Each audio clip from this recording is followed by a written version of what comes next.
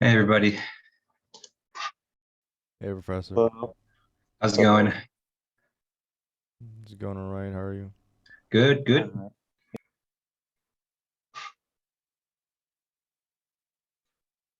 Uh,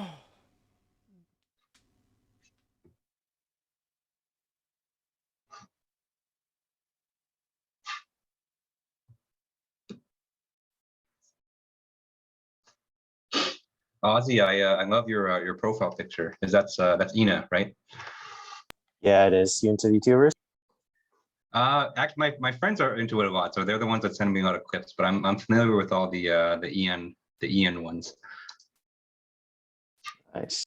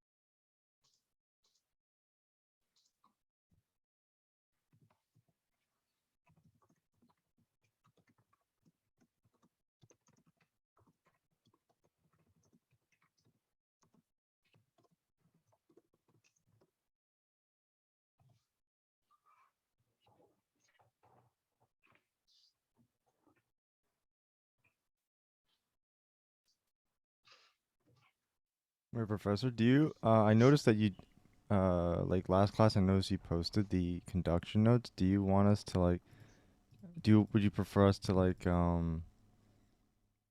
write the notes down with you, or we just follow? Whatever you think is best for you. I post the notes just because just because I always do that with my lecture notes just so that you have them.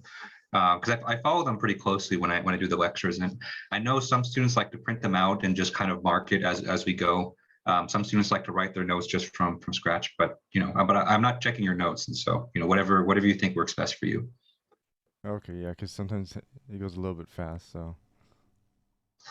Yeah, yeah, I think that's one thing people do. They just print them out, and then just anything extra that I say or something, they just mark it in the notes. So yeah, I think Mm-hmm. that's perfectly fine. All right, thanks.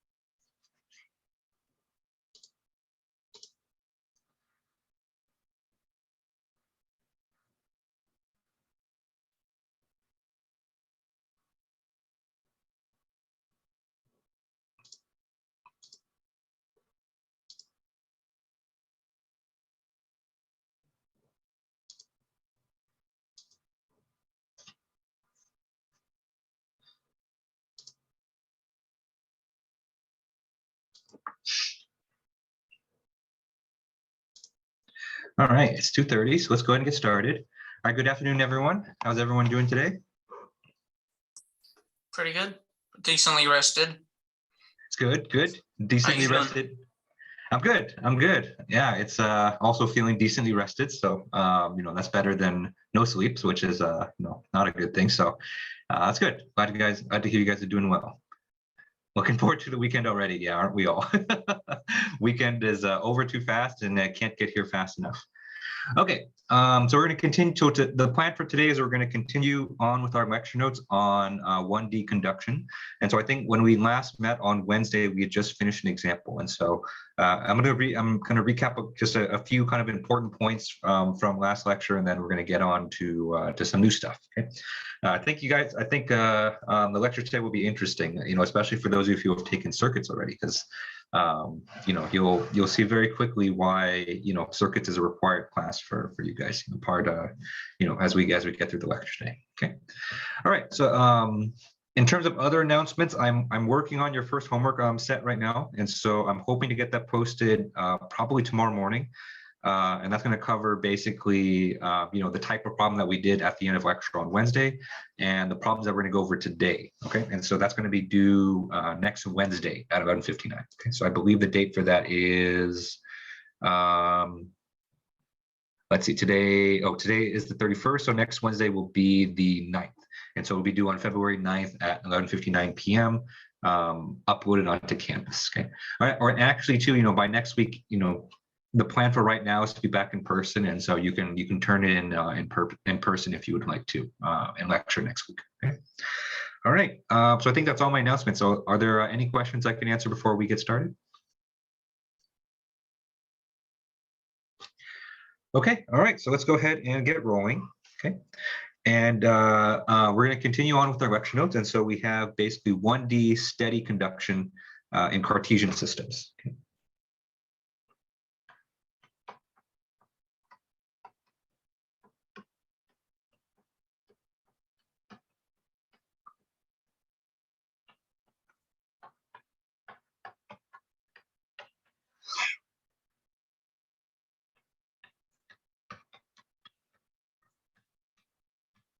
Okay. All right, and so there's, we covered a lot of information last Wednesday, but there's kind of two big pieces of information that I want you to remember, okay? And those are regarding the two big equations that we looked at. And so the first equation I want you to remember is Fourier's law, okay? Right. And so Fourier's law is a formula to compute heat transfer rates, right? And so if you remember, Fourier's law is given by Q, which is the heat transfer rate, is equal to minus K times A times dt dx, okay? Right, and so what this formula basically states is that, the amount of heat transfer rate, or in other words, the rate at which energy is being transferred, through heat, is given by the product of the thermal conductivity multiplied by the area multiplied by dt dx. But remember, we talked about what this term was. This is what's known as the temperature gradient, okay?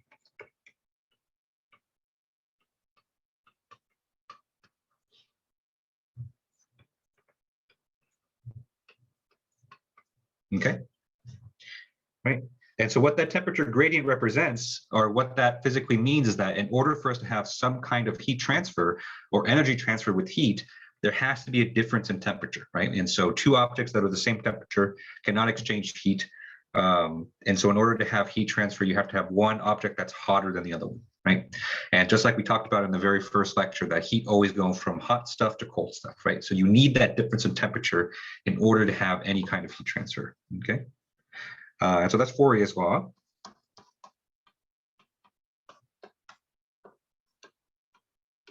The other big equation that we looked at was the heat equation, okay? And this was a differential equation. And so the 1D form that we're looking at looks like the following. And so we have d squared t dx squared plus q dot over k. This is equal to 1 over alpha partial big T partial little t, okay? Right. And so this differential equation right here will let us solve for temperature distributions, okay?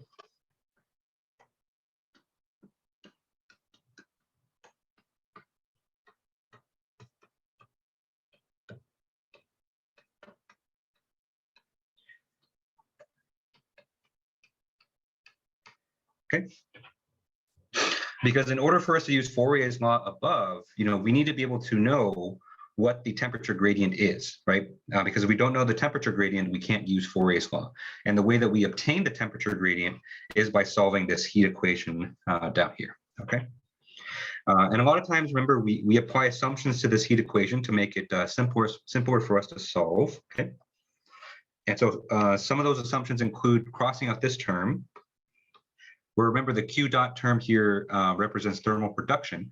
And so if we cross out that second term, we're basically making the assumption that there's no thermal production in our system, okay? And the other assumption that we make pretty commonly is this last term here, okay? So we're going to cross that out, and the justification for this is that we assume that the conduction is steady state. Okay.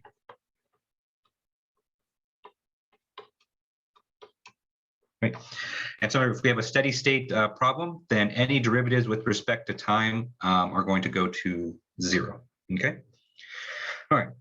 And so the very last thing that we did, before we left off, was we did this simple example. Okay, where we had a rectangular wall. On one side, we had a certain temperature. Okay, and so that temperature was T infinity. Right? And on the other side, we had a different temperature, Ti, right?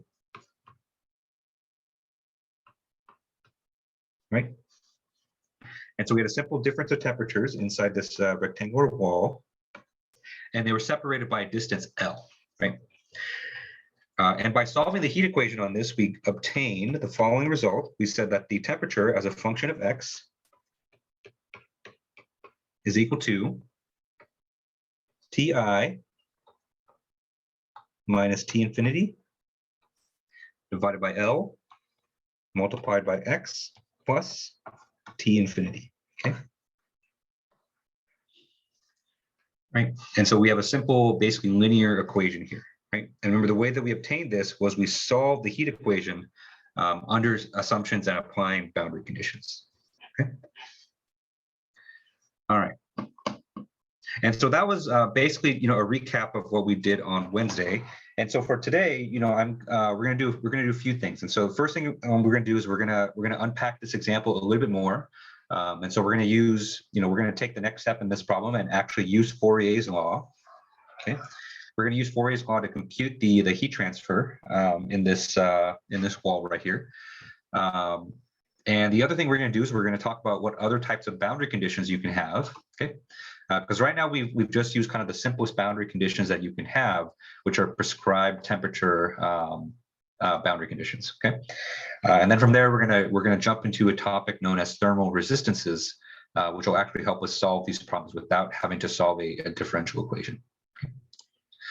All right. Any questions on any of this that we covered on last Wednesday? Dr. Tran. Yep. In Fourier's law, does Q represent rate or the net amount transferred? That's a great question. So Q here represents a heat transfer rate. And so the units for Q are going to be watts or joules per second. Yeah. Yeah. So that's why we use little q. So I think in thermodynamics, probably you use big Q to represent energy. And so big Q will have units of joules and little q will have units of watts. Yeah. All right, any other questions on this? Okay, all right. So let's actually talk about the boundary conditions first, because that's kind of something I kind of skipped over first, and then we'll start talking about using Fourier's law for these things. All right, so this will be heat equation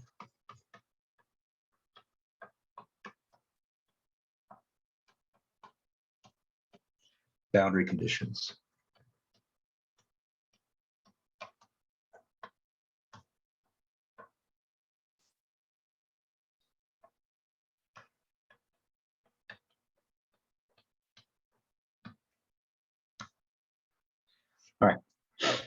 And so the reason we're talking about boundary conditions is, if you remember from the last page, the heat equation is a differential equation, right? So it's a second order differential equation.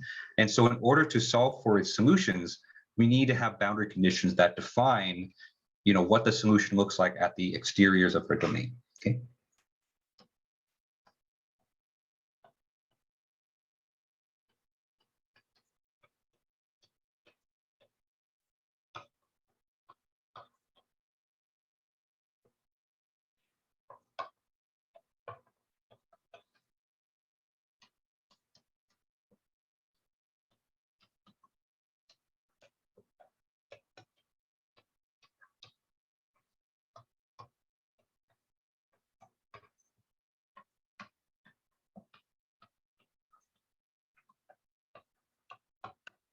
Okay. And there's quite a few boundary conditions that we can have. I'm just going to cover kind of the most common ones we'll see in this class, but later on, we'll talk about others that we can add. Okay. All right. So let's start with the simplest one, and it's the one that we've seen already. Right. So one boundary condition that we can have is a constant surface temperature.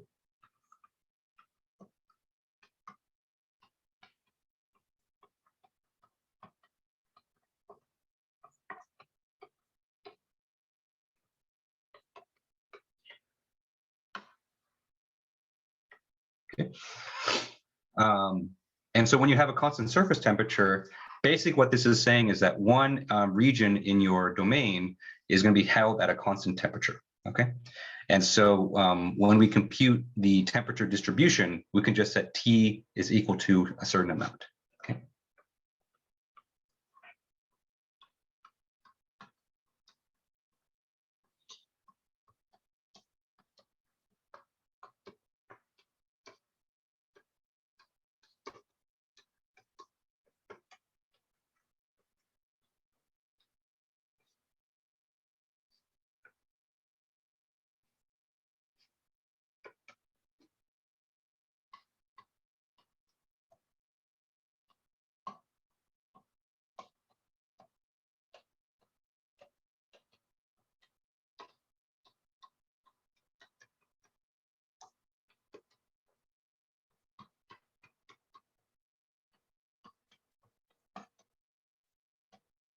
Okay.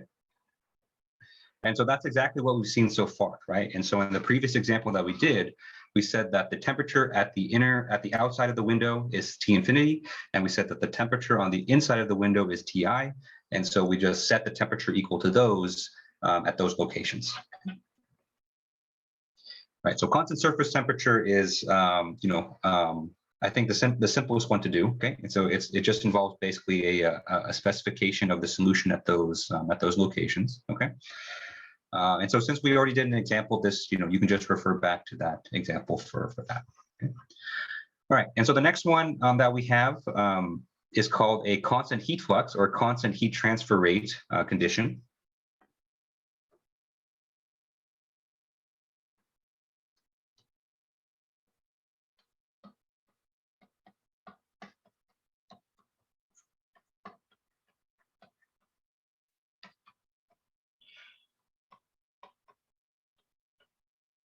Okay. And so under this condition, what we're going to say is that at a certain location in our domain, we're going to have a specified amount of heat or a specified amount of energy going through that surface. Okay.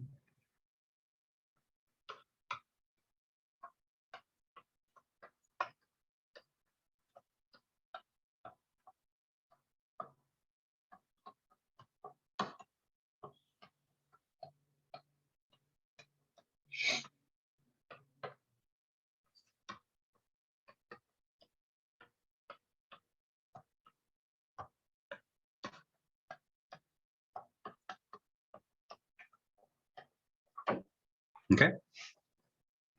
And so for this one, we actually use Fourier's law, and we actually use the derivative of the temperature solution. Okay. And so in order to use this one, we can basically say that Q at a certain location X, okay. Right, and so I'm going to say that Q at X is equal to X naught. the same things I did before. Okay, so Q at x is equal to x naught. This is equal to minus k times a times dt dx at x is equal to x naught. Okay. Right. And so in order to use this boundary condition, most of the time you're going to be given this number. Okay. Right. And so the problem is going to say is the problem is basically going to tell you that at this surface or at this location, we have a heat transfer rate of, let's say 5,000 watts. Okay. And so you're going to plug in 5,000 on that side of the equation. And then on the other side of the equation, you're going to plug in K, which is the thermal conductivity, which is what you know. Okay. You're going to plug in the area. Right. And then this term right here, what you do with this is that you take the derivative of your temperature solution so far and plug in the x variable. Okay.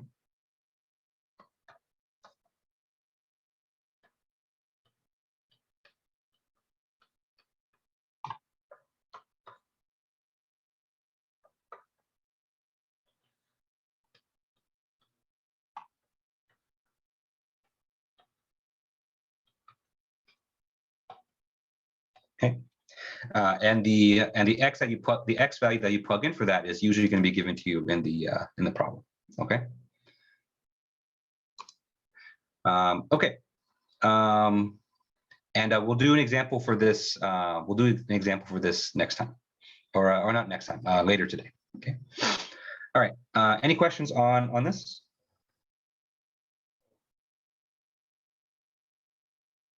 Okay. All right, and so that's number 2. Okay, and so the third type of boundary condition that we can have is what's known as a convection type boundary condition.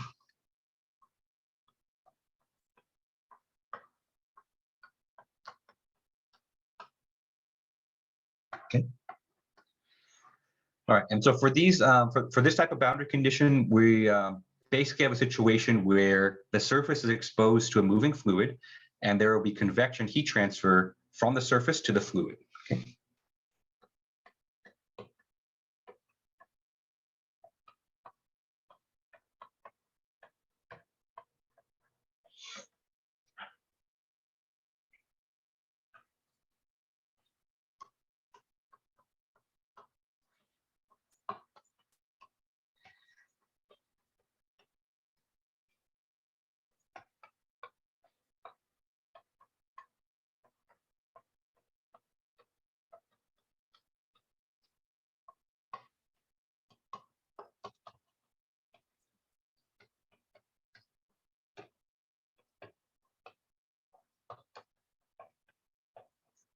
Okay. All right, and so in this, this is probably the most complicated type boundary condition because there's quite a bit to plug in, but it's almost an extension of the previous one, right? And so we're going to use Fourier's law, but instead of having a specified amount of heat transfer, instead we're going to plug in the formula for convection. Okay, and so this formula looks something like this, and so we have basically negative k times a dt dx. Okay. Okay. And that's going to be plugged in at a specific x value. So we'll call that x is equal to xb. Okay. And this is going to be equal to the convection heat transfer at that surface, right? And so we have H. And so for this, we're going to plug in Newton's law of cooling. We talked about it briefly in our very first lecture. Okay.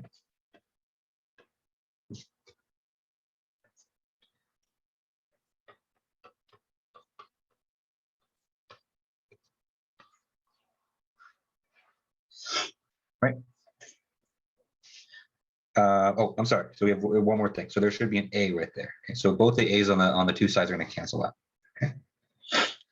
All right. And so what this equation is basically saying is that there's a balance of energy at that surface, right?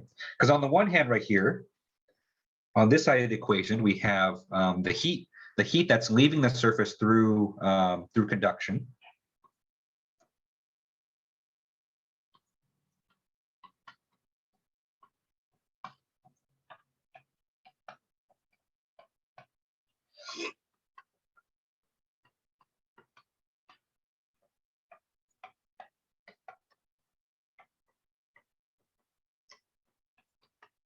Okay.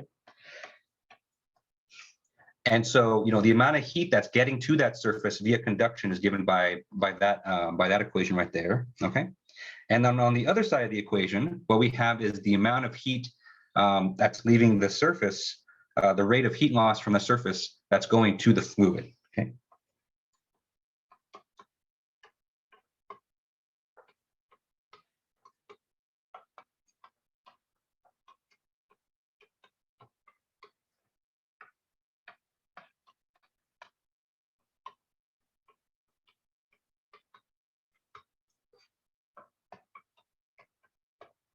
Okay. And the way that you can know to use a convection type boundary condition is that you'll often see these, I call them like the triple arrows of convection, right? And so the situation usually looks something like this. And so you'll have some kind of surface here, okay? And so on the left-hand side, we have the conduction medium.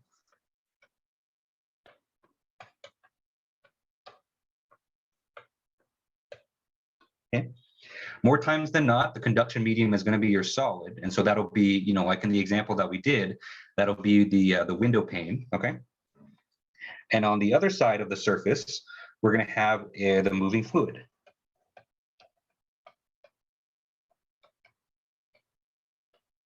Right?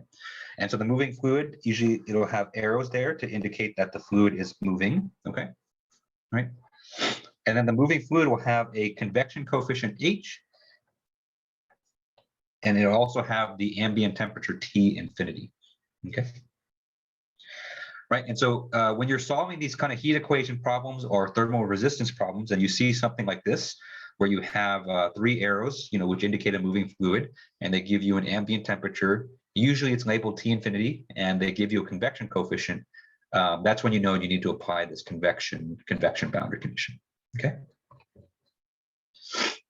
All right, and so those are the 3 type of boundary conditions. And so, so far, for the example that we did, we've only seen the first one, which is a specified temperature. But by the end of class today, I'm hoping to do a couple of more examples where you can see the other two in action. Okay. All right. Any questions on this? Okay. All right. And so now that we know all the different types of boundary conditions that you can apply to the heat equation, let's talk about what happens after you solve the heat equation, right? And so after you solve the heat equation, you'll have a formula which tells you how the temperature varies inside your solid. Okay.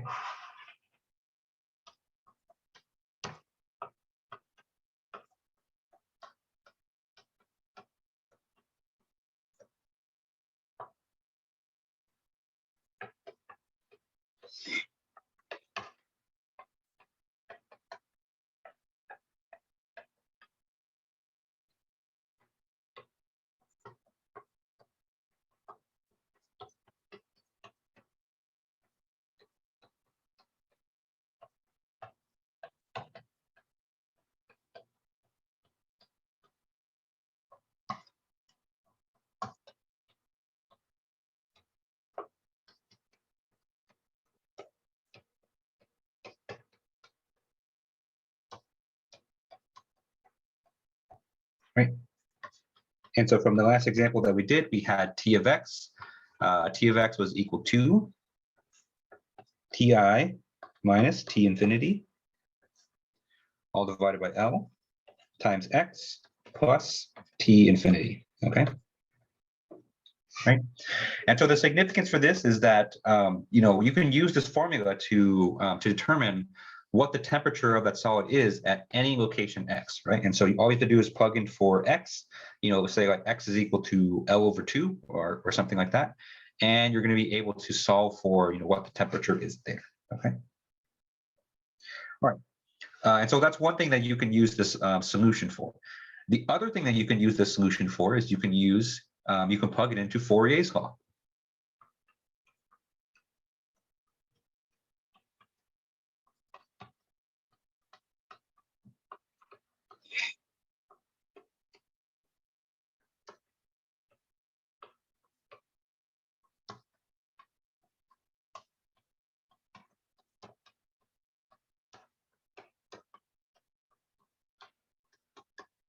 All right.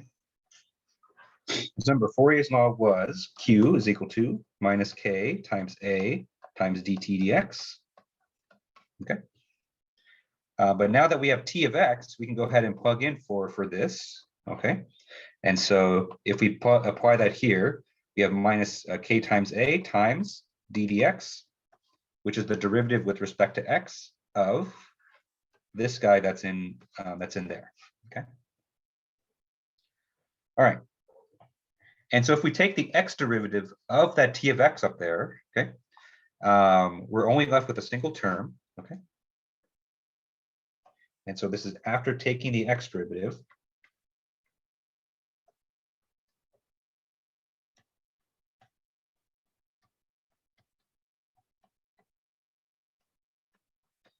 Okay. And so after taking the X derivative, the last term is going to go away because the last term is just a constant T infinity, right? And so remember, you take the derivative of a constant, you end up with 0. And if you take the derivative of the first term, this X is going to go away right here. Okay.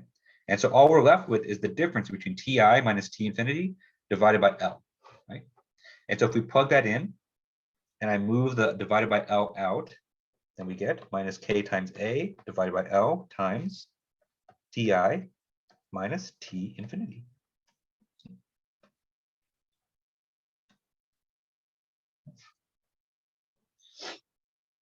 Right.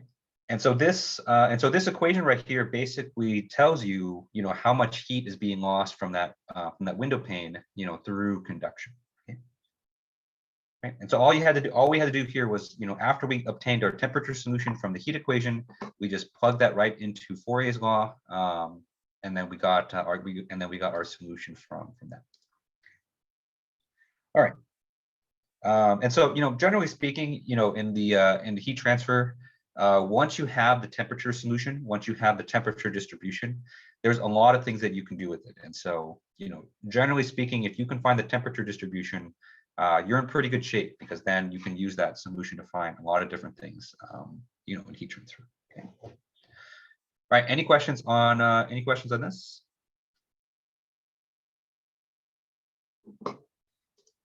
Okay. All right. So this result right here is nice. And in fact, it leads us directly into our next concept, which is thermal resistances.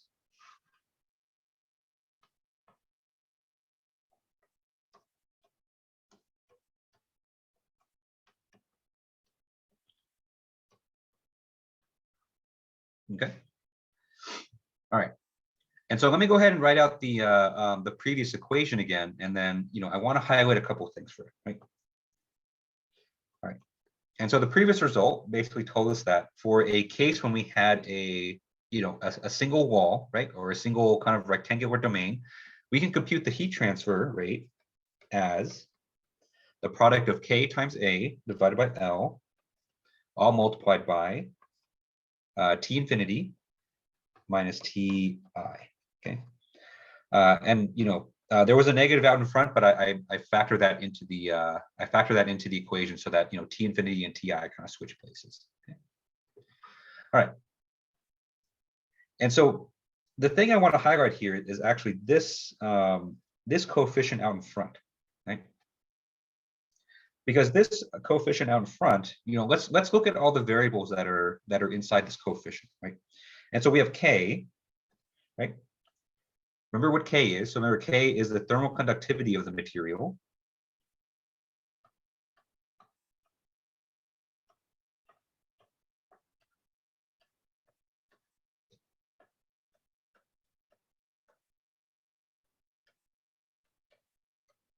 Okay.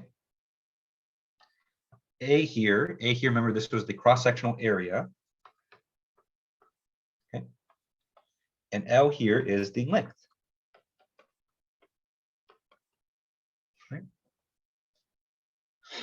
Right, so we have cal.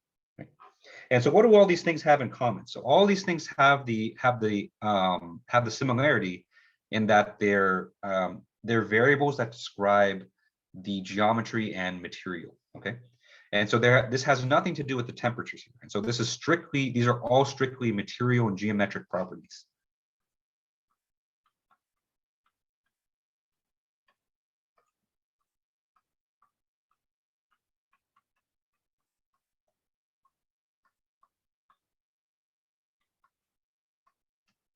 Okay. And so why is that significant? And so that's significant because, this basically is saying that, if you have a slab of something, okay, and this slab is made of a material that has a conductivity of K, it has a cross-sectional area of A, has a length of L, okay? Those things by itself already determine a lot of its thermal properties, right? And in fact, what these properties determine is how well that this material can resist heat passing through it, okay?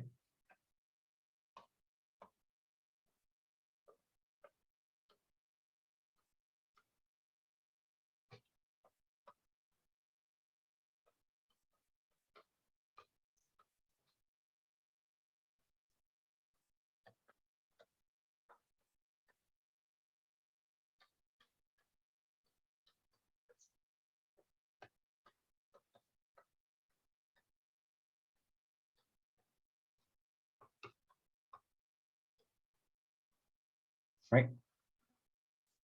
Because if we look back at the equation, right? And so we, from the equation, we say that Q, or the heat transfer rate, is equal to this coefficient multiplied by the temperature difference, right?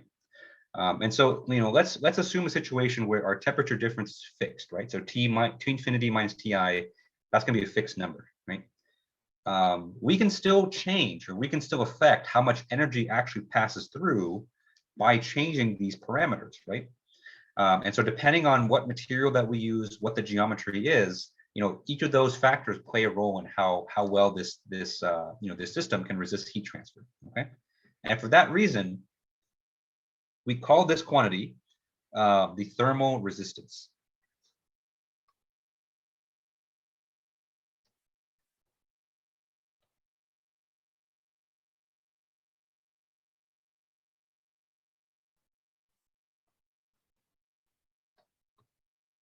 Okay. And I should be more clear. And so this is the thermal resistance for 1D planar conduction. Okay? Because we're actually gonna learn a lot of other thermal resistances as well. Okay?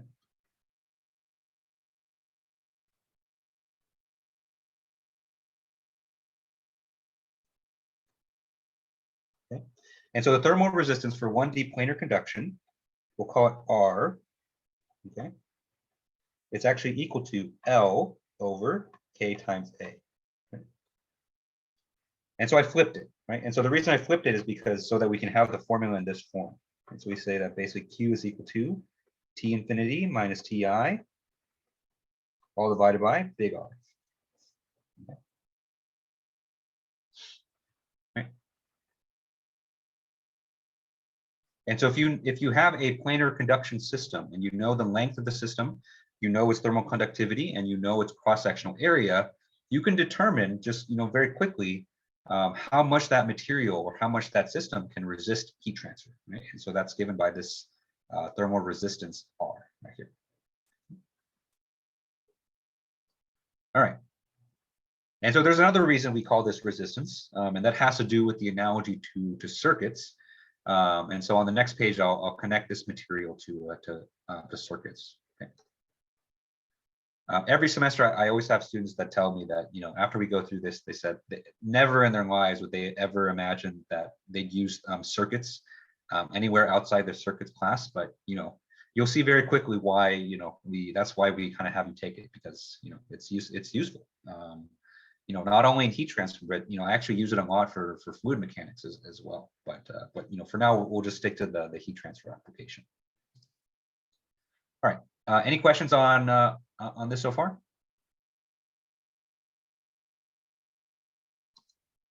Okay. All right.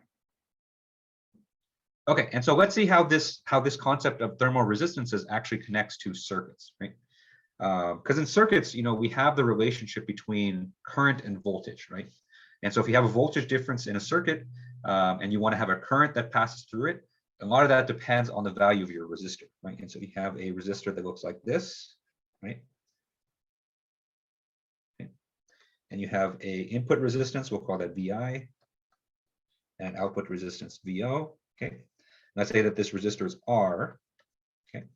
Then the current that passes over this resistance is equal to the difference in voltage, right? So we have VI minus VO divided by the resistance, right? For heat transfer, it's exactly the same thing. And so for heat transfer, if we write out that equation again, we can say that the heat transfer rate is equal to Ti minus To all divided by the thermal resistance, okay? And so you can see that both formulas here are basically the same, right? And so they have the same idea. And so for circuits, we have a difference in voltage that drives the current flow, right? So current flows from high voltage to low voltage, right? And in heat transfer, we have the same concept. And so we have a heat transfer rate, which is analogous to current, right? And we say that this is equal to the difference in temperature, because temperature, just like current, goes from high temperature to low temperature, modulated, and all of this quantity is modulated by an amount of thermal resistance, okay? And so that's where that connection comes in. And so actually, you'll actually see me use circuits to, to represent a lot of thermal systems that we have going on, okay? But this idea of thermal resistance is not just limited to conduction. And so we can actually come up with a thermal resistance for other types of heat transfer as well.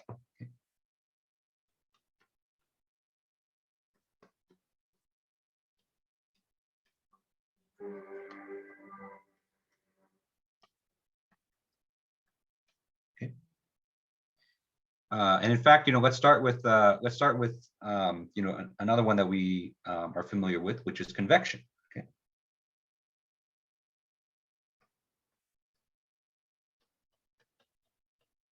Okay. And so the formula for convection we're familiar with, which is Newton's law of cooling. The formula for convection is H times A times the surface temperature minus the ambient temperature. Okay. And you can see here that our Newton's law of cooling, or this equation here, has a very similar format, right? And so on the one hand, we have heat transfer rate, right? And on the other side of the equation, we have a difference in temperature, right?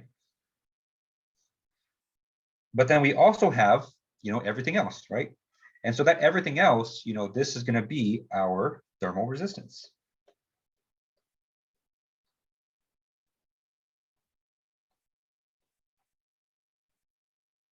Right? And so we can say that the resistance for convection is going to be equal to, I'm going to flip it once again. Okay. Our convection resistance is going to be 1 over H times A. Okay. Right. And so we have two formulas for resistance so far. And so we have the 1D planar resistance for conduction, which is L over K times A. And we also have a convection resistance, which is 1 over H times A. Right? And so we can combine these, and we can actually use them to solve for a lot of complex situations. Right? And I know probably some of you aren't happy to see circuits right now. I remember when I first took heat transfer, I wasn't happy with seeing this either. I thought I left circuits behind in that other class, but you'll see that it's actually a very powerful tool. And once you kind of get used to it, then you'll probably prefer this method over kind of most other things that we're gonna learn in this class. All right, any questions on this? Okay, all right. And so let's see how we actually use these thermal resistances in action.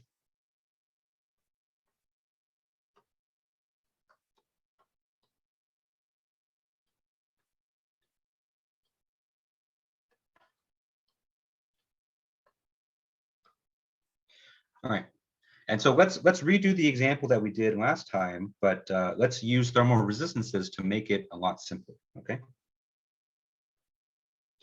All right, and so remember the example we had last time was we had kind of a slab of material, and the setting that we gave it last time was that this was kind of a, you're looking at kind of a straight-on view of your window pane, okay, or through the thickness of your window.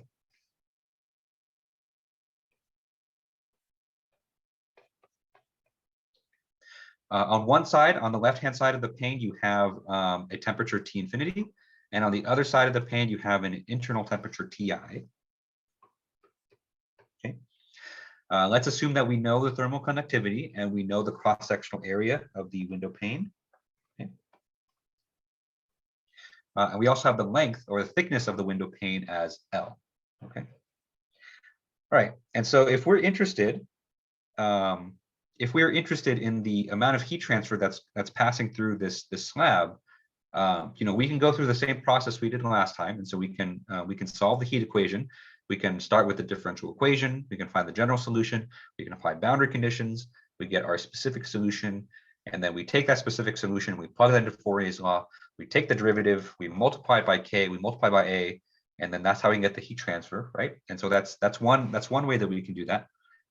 Or what we can say is we can recognize that this is a good thermal resistance situation and just use the thermal circuit. Okay.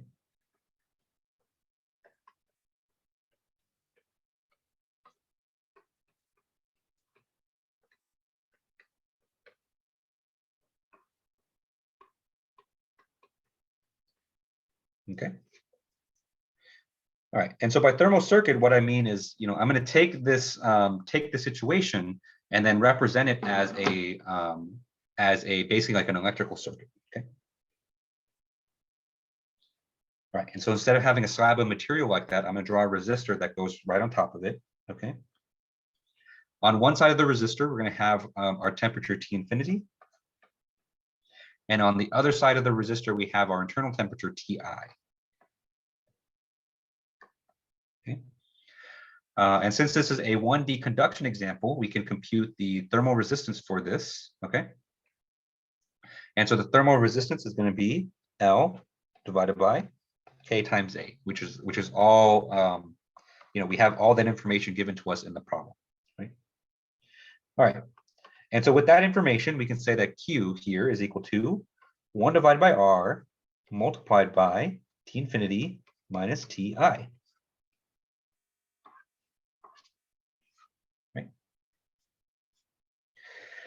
Right. And so by using the thermal resistance or the thermal circuit, we're able to bypass, a lot of the work that we've done before, with the heat equation. Okay. And so thermal circuits are a great tool because they allow us to compute heat transfer rates. And later on, you'll see us actually use it to compute temperatures as well, for very complex situations. And in fact, it's really powerful for situations where you have multiple different layers of different materials, because in those situations, it just saves you just a ton of work. And I'll show you what that looks like on the next page.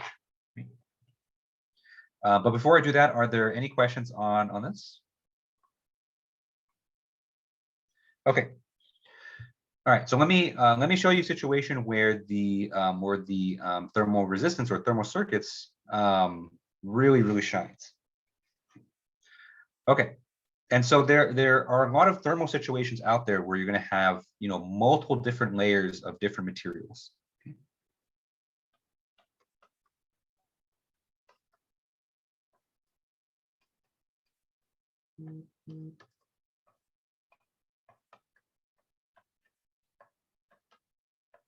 Okay, and so when you have multiple different multiple layers, you might have a situation like this, right?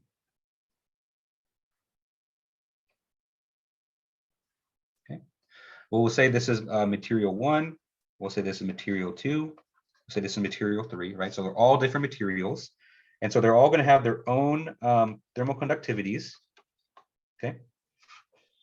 And so, we can say that material 1 is something like aluminum, material 2 maybe something insulating like styrofoam, and then material 3 might be something like silicon on top of that, right? So you have 3 different materials, 3 different thermal conductivities. Right? And just for fun, let's say that we this sandwich or this composite material is surrounded by moving fluids on both sides. Okay, and so let's say that this is fluid A. Okay, and so this is fluid B. And so fluid A has its own convection coefficient. It also has its own ambient temperature. Okay, and same thing for fluid B. Right. And let's say that we know all the temperatures throughout. Okay? So we'll call this T1. We'll call this T2. Okay, we'll call this T3. And we'll call that T4. Right. And so we have all the temperatures, in this material. And so let's say, we have a situation where we want to compute the total amount of heat transfer that's going through this composite. Okay, so basically from fluid 1, let's assume that the temperature or the heat goes from fluid 1 to fluid 2. Okay.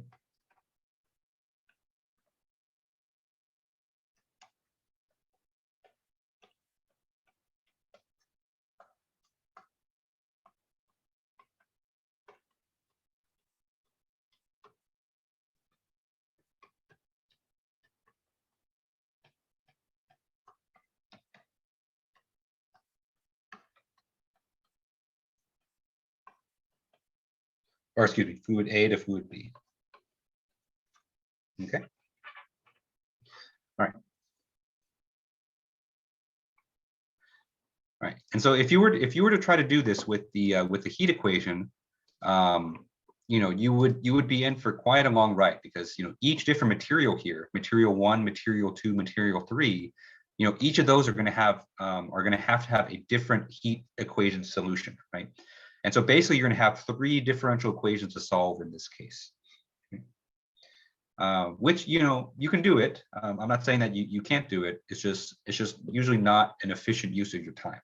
Okay.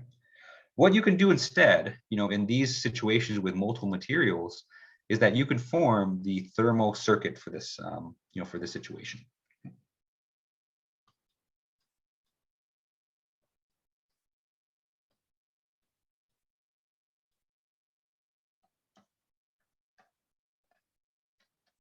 Okay. All right. And so the thermal circuit for this situation is going to have 5 different resistors, because the heat has to transfer through 5 different layers. And so we have 3 conduction layers in the middle. And we also have 2 convection layers. And so we have 1 convection layer on the outside here, another convection layer on the outside there. Right? So we have 5 different layers that the heat's going to pass through. Right? And so if we draw our circuit, we're going to have 5 different resistors. Okay. And so let's say that this first resistor here will be RA. And so that'll be the thermal resistance of the first fluid. Okay. Next, we have the thermal resistances of all 3, of all 3 conduction layers. So conduction layer 1, 2, and 3. Okay. And then finally, we have the convection resistance of the other fluid, which I'll call that RB. Okay. Right. And then on the 2 ends here, we have our temperatures. And so we have T infinity A, and we have T infinity B. Okay. Right. And so intuitively, this makes a lot of sense, because all the layers are kind of stacked next to each other in series, we can basically represent it as a series circuit, that represents the whole situation. Okay. And each of these resistances we can compute, right? Because all they represent is just conduction or convection into, across a single layer, right? And so for RA, what we have is 1 over H times A, HA times A. Okay. R1 here, let's say that we know L, call this L1, call that L2, we'll call this L3, right? So we know the thicknesses of each different layer, right? What's the thing next to infinity? It's a comma A. Yeah, so it's basically, I'm basically saying what the fluid temperature is in fluid A versus the ambient temperature in fluid B. Yeah. Mm-hmm. Right. And so the conduction resistance of layer 1 here, will be L1 divided by K1 times A. Okay. And we're assuming that the cross-sectional areas are the same all throughout. Okay. Same for layer 2. And so for layer 2, we have L2 times K2 times A. Right. For layer 3, we have L3 times K3 times A. Okay. And then RB here will be the convection resistance of the final fluid. And so this will be 1 divided by HB times A. Okay. And so when you have multiple layers stacked on top like this, you can just, write out the thermal resistance for each individual one. And then what we're going to do next is we're going to combine them in series. Okay. All right. Any questions on this? Okay. All right. And so now that we have all the individual resistances, for this situation, we can then combine them in series, right? In other words, we want to find a total resistance. And since all of these resistors are in series, the total resistance is just going to be the simple summation of all of these guys.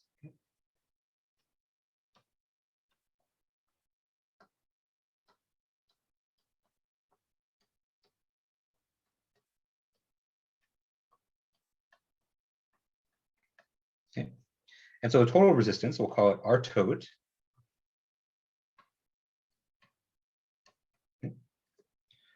This is just going to be the simple sum of all the things that we've had, right? So this is 1 over HA times A plus L1 over K1 times A plus L2 over K2 times A plus L3 over K3 times A, okay, plus 1 over HB times A. Right? Because remember, if you have resistances in series, then you can just add up all those resistances in order to get a total resistance. Right? And then once you have the total resistance, which in this case is being contributed to by 5 different resistors, then we can compute the heat transfer rate.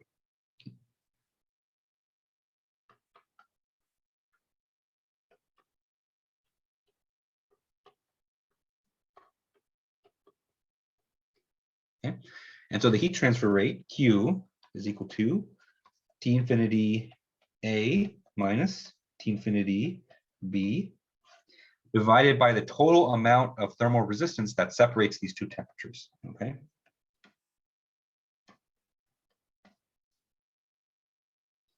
Right, and so that's going to be divided by R total. So I'm going to do my best to fit in here, but I don't think I'm going to be able to fit every single term.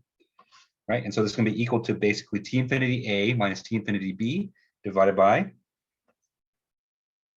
1 over HAA plus L1 divided by K1 times A plus L2 divided by K2 times A plus L3 divided by K3 times A plus 1 over HB times A.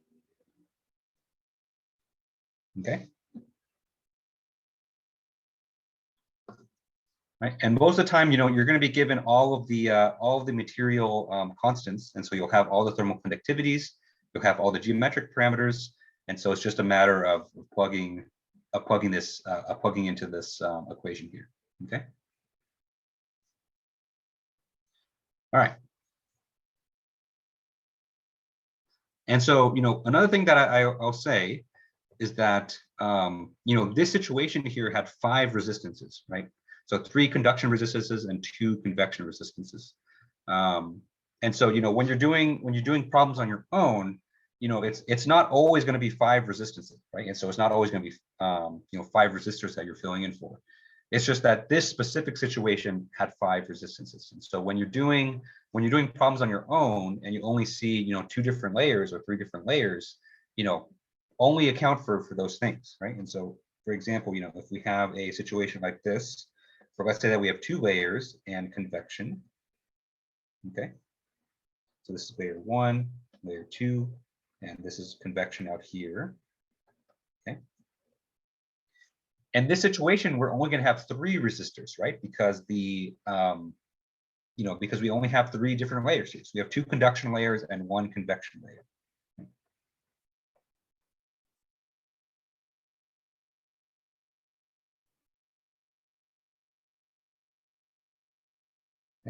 And so I mentioned this because one thing I see a lot in the past is that we do an example like this, where I have 5 different resistances here, and then I give you a homework problem with only 4 resistances, and people don't know what to do. They can say, I see 2 of the resistances for conduction, but I don't know what to plug in for this one, right?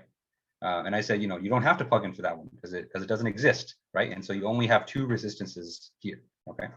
And so this combination rule that I'm showing you here, when you add them all up, you only add up just the amount of resistances that you have in the problem, right? So this particular problem here, had 5, and so that's why I have 5 different contributions to the thermal resistance. But other problems that you do are going to have different amounts of contributions. Okay. Right. So take each problem, really analyze it. Try to see how many layers there are. And depending on how many layers, that's how many thermal resistances that you're going to specify for that problem. Okay. All right. Any questions on this? Okay. All right. And so that's resistances in series, but we can also have resistances in parallel as well. Although I will say in this class that it's fairly rare, but I will kind of show you to you just in case. Okay. Question. So can we use this model to describe the temperature in the middle region? That's an excellent question. And so yes, you can. So actually, let me give a quick example of that. Using this one right here. And so the question in the chat is, can we use the same model to say, let's say that we were interested in, what the temperature is between these 2 layers right here, right? And so let's say that we want to compute T2, right? The nice thing about this circuit is that the amount of heat that gets transferred through the circuit is constant. Okay. Right. So for a series circuit,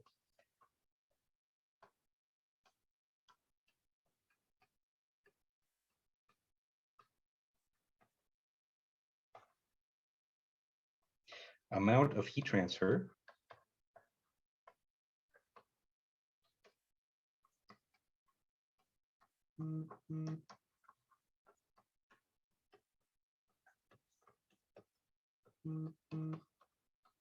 okay. And so when you compute Q, right? When we computed Q in the last example, we used the 2 endpoints of the system, right? So we used the very left temperature and we used the very right temperature, right?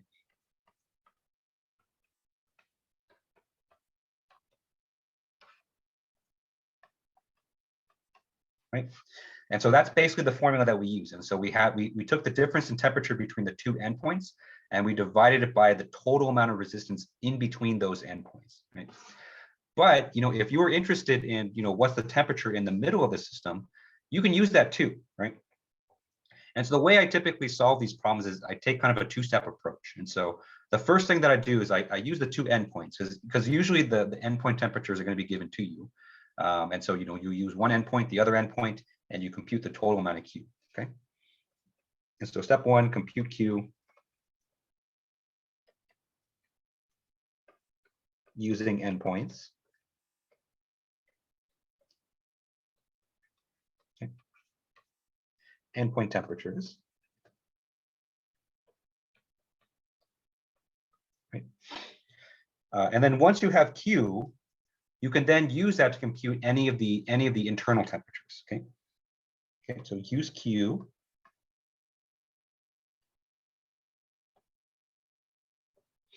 And what I like to say is I like to use this on a sub-circuit of the total circuit.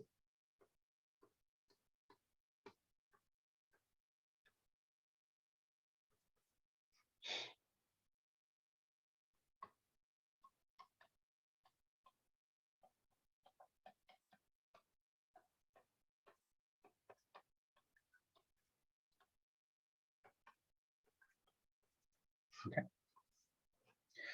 All right. And so let's say that we're interested in solving for T2, right? And so which is this guy right here. And so let's go from the left and go right. And so let's take the difference between T infinity A and T2, okay? And so what we can say is we can form another equation here, which is Q. And so that's going to be the difference between T infinity A and the internal temperature that we're looking for, which is T2, okay? Okay. The good part about this is that this Q right here is the exact same Q that's up here, right? And so now that since we solved for Q in the first step, we can just directly plug that into this equation right here, okay? Because now what's unknown here is T2, okay?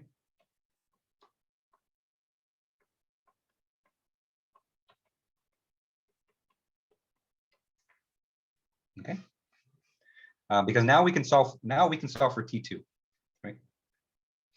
The other thing you have to be careful of is that the resistance that you plug in the bottom is not going to be the total resistance of the entire circuit. It's just going to be that resistance of the sub-circuit, okay? And so what do I mean by that, right? And so in order to go from T infinity A to T2, right? In order to go from basically this temperature to this temperature, these two points, we're passing through two different layers, right? And so we're passing through this conduction layer A, or excuse me, this convection layer A, and we're also passing through conduction layer 1, right? And so the resistance that you plug into this equation is just going to be those two resistances of that subcircuit. Okay? And so since we only pass through those two layers, we're going to say that this is going to be equal to 1 over HA times A plus L1 over K1 times A. Okay. And so you only use those two resistances that you cross over, right? Okay. But everything in the denominator there is known, because remember you plugged in for that in the first case, and so you can basically use this expression right here, because the only unknown that's left here is T2, right? And so you basically take this equation, right? You plug in for Q, you plug in for T infinity A, and you plug in for all of the material properties, and then you use that equation to solve for T2. Yeah, great question. I almost always forget to cover this, and then there's there's homework problems on it, and people are going to confuse what to do. So, so that's basically what you do if you're looking for something internal to a circuit. You can basically use an approach like this, right? So first compute the overall Q, and then use that overall Q on a subcircuit, and then use that subcircuit to solve for whatever you're looking for. Okay. All right. Any questions on this? Okay, all right, so let me show you some situations where you can have resistances in parallel,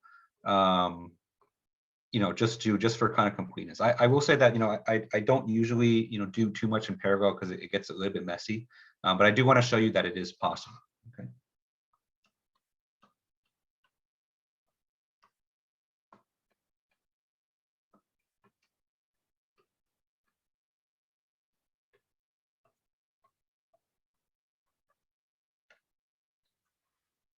Right. And so let's say you have a situation that looks like this, right? And so, let's say that we have some material, we'll call this material 1, okay? And then we have another material out here, we'll call this material 4, okay? But in between, you kind of have a split of two different materials, right? And so let's say that we have a material 2 and a material 3, right? And so if you have heat that's coming in from the left side here through area 1, right?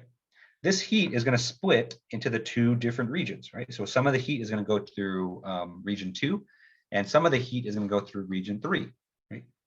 And so we can represent this schematically with basically a resistance in parallel, right? All right, and so first thing we're going to have is we're going to have R1, right? And just like I'm showing you up there, we're going to have Q that's flowing in through this way, just like that, okay? And then once we reach that junction between 2 and 3, the heat can split off, right, into two different paths.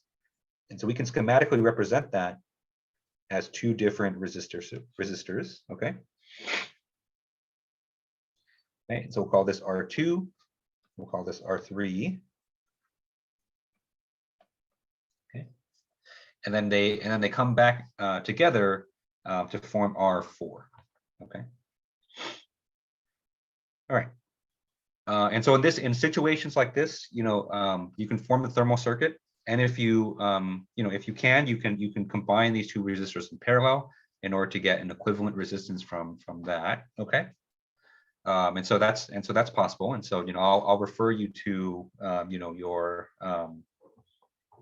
circuit notes for that. Another situation is you can actually combine convection and radiation in parallel as well. Right? And so let's say that you have a solid surface here.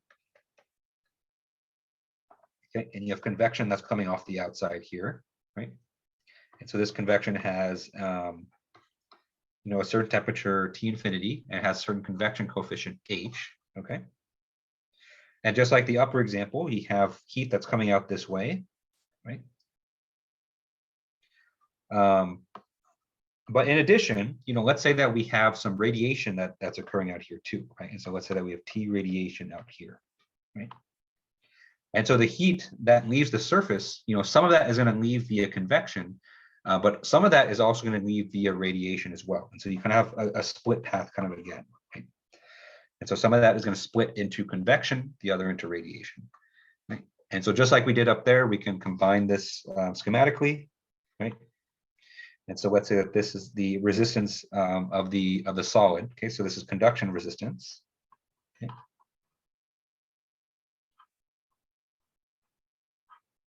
Okay. And on one hand, you have the convection resistance. We'll call this R convection. And you're also going to have R radiation as well. Okay. Right.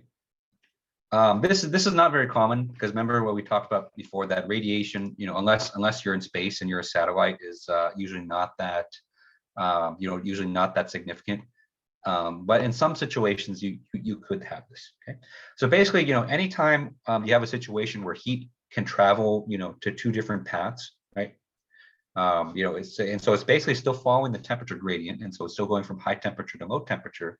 But if you have a case where it has to split into multiple paths, you can schematically represent this using a parallel resistance, right?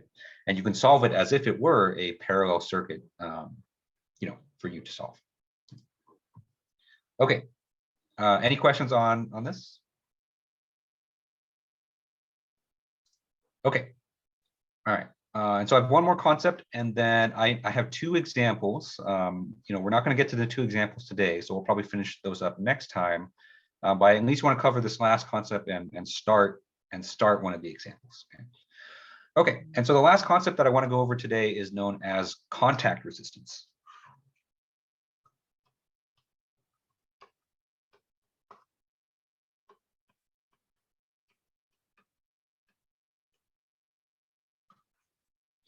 All right.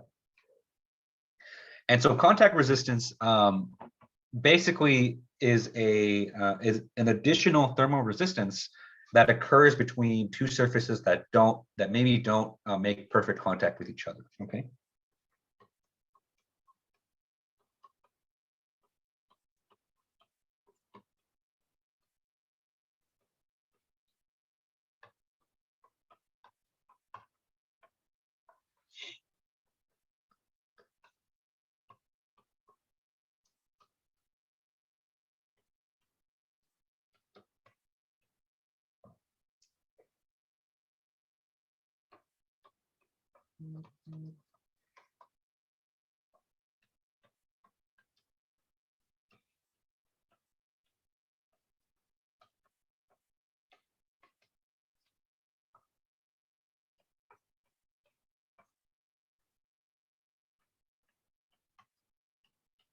Okay.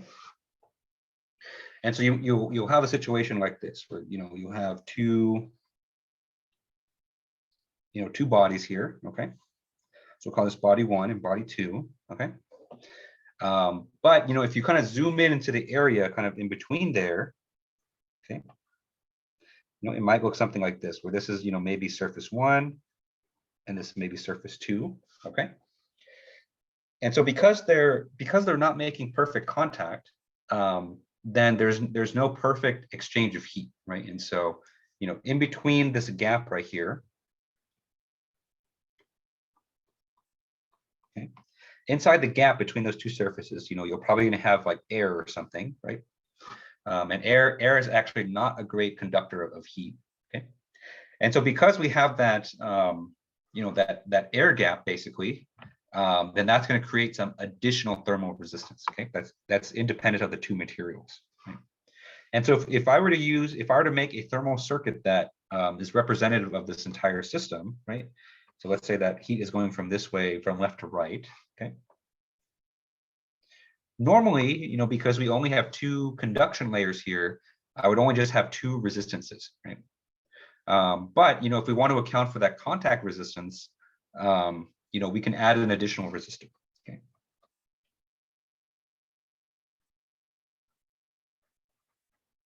Right. And so this would be the thermal circuit that I would use. And so, okay. And so we have our normal conduction resistances, and so we have R1 and R2. And then in the middle of them, we have our contact resistance. So this would be our contact. Okay. Where this contact resistance again is going to be born of the fact that those two surfaces don't interact. Okay. Okay. So normally, contact resistances are hard to quantify, so I don't have a formula for you. But usually those will, for the purposes of this class, those will be given to you. And so I'll just give you, say, add an additional contact resistance of this and just add that to your circuit, right? But in practice, contact resistances, you can measure them experimentally. And so there are tests that you can basically do in certain situations to determine, first of all, if there's any contact resistance, and second of all, how much that contact resistance is going to be. Okay. For a lot of situations, you can ignore it because a lot of times they're not that significant. And so we'll do a lot of problems where we're basically going to say we're going to ignore the contact resistance. But for some situations it is fairly significant. Okay? And you have to take into account. Okay? Right. And so you might have contact situations or contact resistances in cases like this where two surfaces don't make a great connection. Another common application for contact resistance is when you have what's called fouling. Okay?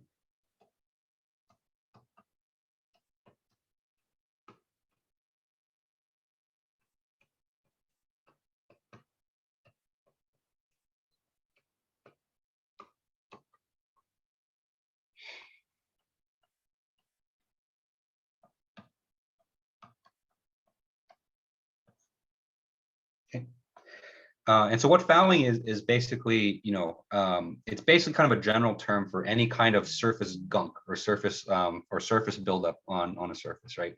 And so, one that comes to mind is like rust, right? So if you have a material that's rusting, that layer of rust that kind of forms on top, that's going to add some resistance to heat transfer, right? If you have a fluid type system, if you've ever had fish before, and you've looked inside the tank, if you didn't clean it for a while, like there's that weird kind of mossy gunk that kind of forms on the on the surfaces of pipes and the tank, right? And so that's another example of fouling. And so any kind of buildup, basically any kind of buildup of substance or any buildup of material that goes on a surface that's normally too thin to kind of measure. A lot of times we just use a simple contact resistance to model that. Okay.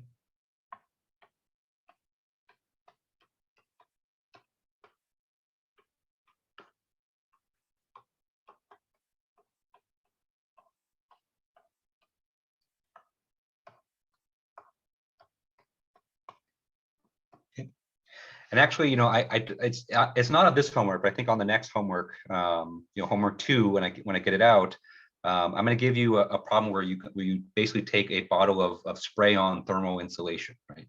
And so that spray-on insulation will be so thin that you can't find a thickness for it, but you can model it as basically like a contact resistance, right? So like the mugger that builds up around the oil pan gasket engine. Yeah, exactly. Yeah. So any kind of just like gunk or like buildup of substance on a surface, all that can create some contact resistance. Yeah. So basically something that's too thin to measure, but something that has an effect on the thermal properties. Mugre, I see. Yeah, I've never seen that word before. So yeah, thanks for that. All right, any final questions on this before we wrap it up for today? Okay, all right, and so that's all we have time for today. And so when we meet up on Wednesday, I have 2 more examples to kind of illustrate these concepts for you. So I have one more heat equation example, and then I have one more thermal circuit example, just to kind of hammer these concepts home. So I think seeing those will be useful. And then after that, we'll start doing heat transfer in cylindrical systems, right? And so cylindrical and spherical systems, so polar systems, right? All right, so thank you everyone for tuning in today. Hope you guys enjoy the rest of your afternoon, and I'll see you all on Wednesday. Thank you, Professor. Have a good one. Thanks, you too. Have a good one. Professor. Thanks, guys. Thanks, Prof. Thanks, guys. Oh, it's in Spanish. I see.